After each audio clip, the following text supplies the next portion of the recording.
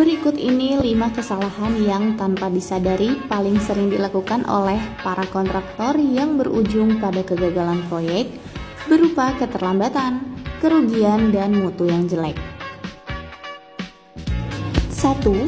Project manager dengan leadership yang kurang memadai. Leadership merupakan salah satu hal yang penting dalam sebuah organisasi.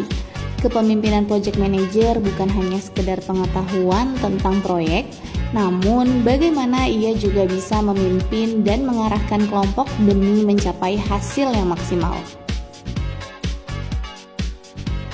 2. Kesalahan estimasi saat tender, seperti proses perhitungan tidak optimal dalam menggali potensi atau risiko serta strategi-strategi penting yang harus dilakukan dalam rangka pelaksanaan proyek yang baik.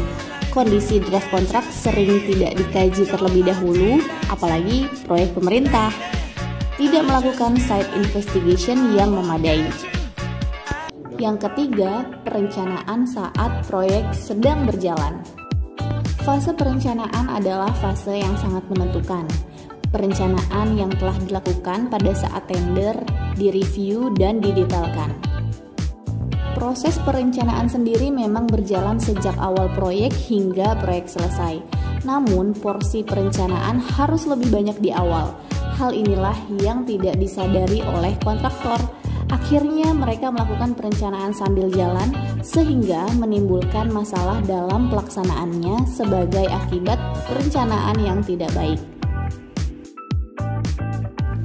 4. Manajemen risiko yang dipahami setengah-setengah.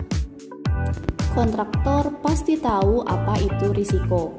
Kontraktor cenderung membuat cadangan keuntungan sebanyak mungkin untuk mengantisipasi risiko. Risiko ditangani pada saat risiko tersebut benar-benar terjadi. Padahal penanganan risiko yang telah terlanjur terjadi membutuhkan biaya yang tidak sedikit dan bisa saja membuat proyek mengalami kegagalan fatal jika risiko yang terjadi adalah risiko yang berdampak sangat besar. 5. CSF atau Critical Success Factors proyek tidak dipahami. Kontraktor jarang mengetahui tentang hal ini sehingga proyek sulit mencapai target yang ditentukan atau menjadi tidak berhasil. CSF bisa berupa detail gambar yang baik, financing yang memadai, kualitas tenaga finishing yang baik, penanganan cuaca yang memadai, dan bisa berupa sistem yang dapat mengendalikan proyek, pengendalian biaya bahan, upah, sewa alat, subkon, dan overhead. Nah, itu adalah 5 hal yang harus diperhatikan untuk menghindari terjadinya kesalahan dalam melaksanakan proyek.